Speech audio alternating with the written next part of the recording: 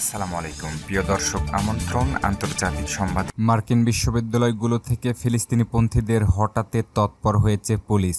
বুধবার 1 মে university of টেক্সাসে অভিযান চালানো হয়, এমনটা জানিয়েছে যুক্তরাজ্য ভিত্তিক গণমাধ্যম বিবিসি। আন্দোলনকারীদের ছত্রভঙ্গে ব্যাপক ধরপাকড়াও চালায় পুলিশ। তাঁবু তুলে শিক্ষার্থীদের সরিয়ে দেওয়া হয়। এরই মধ্যে চলছে প্রতিবাদ স্লোগান।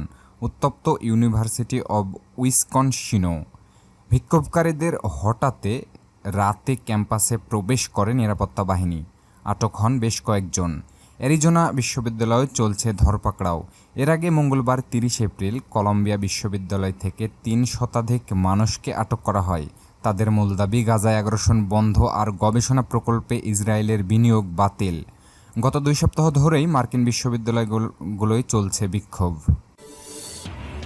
প্রিয় দর্শক, এতক্ষণ সাথে থাকার জন্য আপনাকে ধন্যবাদ। পরবর্তী আপডেট পেতে সাবস্ক্রাইব করুন, সাথে থাকুন। আল্লাহ হাফেজ।